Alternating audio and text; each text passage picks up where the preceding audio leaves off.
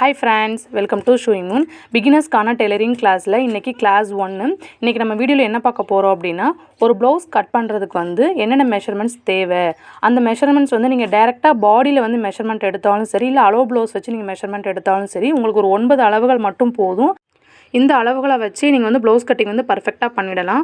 ஒரு blouse stitch பண்றதுக்கு வந்து ப்ளவுஸ் கட்டிங் வந்து ரொம்ப முக்கியம். சோ அது வந்து நீங்க தப்பில்லாம கரெக்ட்டா பண்ணீங்கனா மட்டும் தான் ப்ளவுஸ் ஃபினிஷிங் வந்து நல்லா இருக்கும். சோ அதுக்கான வீடியோஸ் தான் நான் இனிமேல் போட போறேன்.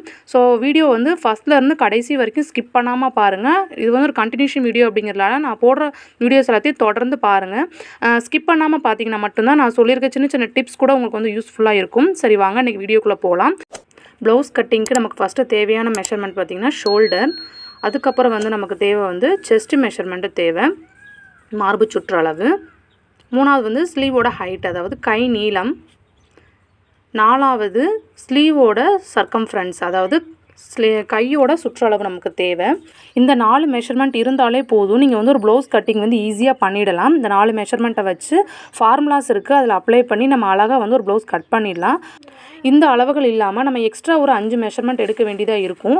ஏன் நம்ம அதை எடுக்கிறோம் அப்படின்னு சொல்லி பார்த்தீங்கன்னா அந்த 5 மெஷர்மென்ட்டுமே வந்து பர்சன் டு பர்சன் வேரி ஆகிட்டே இருக்கும்.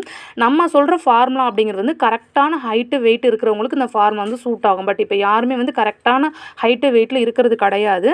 சோ அதனால இப்போ நான் சொல்ல போற அடுத்த 5 மெஷர்மென்ட்ஸ் வந்து பர்சன் டு பர்சன் வேரி ஆகிட்டே இருக்கும். சோ அதனால அந்த 5 மெஷர்மென்ட்டை நம்ம வந்து அளவு ப்ளவுஸ்ல இல்ல டைரக்ட்டா பாடியில மெஷர்மென்ட்டை எடுத்துக்கிட்டோம் அப்படினா நம்மளோட ப்ளவுஸ் கட்டிங் வந்து இன்னுமே கொஞ்சம் அக்யூரேட்டா இருக்கும். சோ அஞ்சாவது நமக்கு தேவை வந்து வேஸ்ட் மெஷர்மென்ட் அதாவது இடுப்பு சுற்றளவு தேவை. ஆறாவதா நமக்கு தேவை வந்து பேக்கோட ஹைட் அதாவது நம்ம ப்ளவுஸோட ஹைட் சொல்லுவோம் இல்லைங்களா அதுதான் அது தேவை. அடுத்து ஏழாவதா நமக்கு என்ன தேவை அப்படினா பேக் நெக்கோட ஹைட் பின்கழுத்து உயரம் வந்து நமக்கு தேவை. அடுத்து எட்டாவதா நமக்கு வந்து ஃப்ரண்ட் நெக்கோட ஹைட் அதாவது முன் கழுத்தினுடைய உயரம் நமக்கு தேவை. அடுத்து நமக்கு தேவை வந்து ஆர்ம் ஹோல் ரவுண்டு அதாவது ஆர்ம் ஹோல் சர்க்கம்ஃபரன்ஸ்னு சொல்லுவாங்க இல்லனா கை வளைவுன்னு சொல்லுவாங்க.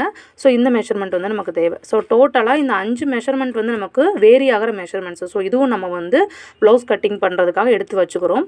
சோ மொத்தமா நமக்கு வந்து ஒரு ப்ளவுஸ் கட் பண்றதுக்கு 9 அளவுகள் மட்டும் போதும். இந்த 9 அளவுகளை வச்சு நம்ம வந்து ஒரு பெர்ஃபெக்ட்டான ப்ளவுஸ் கட்டிங் வந்து பண்ணிடலாம். அடுத்த வீடியோஸ்ல வந்து நம்ம எப்படி இந்த 9 மெஷர்மென்ட்டை வந்து நம்ம ப்ளவுஸ்ல அளவு ப்ளவுஸ்ல எடுக்கிறது அப்படினு சொல்லி பார்க்கலாம். ஆல்ரெடி நான் வந்து இந்த மெஷர்மென்ட்ஸை வந்து எப்படி டைரக்ட்டா பாடியில மெஷர் பண்றது அப்படிங்கிறதுக்கான வீடியோ போட்டுருக்கேன். அந்த வீடியோட லிங்க் நான் டிஸ்கிரிப்ஷன்லயும் ஐ பட்டன்லயும் கொடுக்கிறேன். அந்த வீடியோஸ் பார்க்காதவங்க பார்த்துக்கோங்க.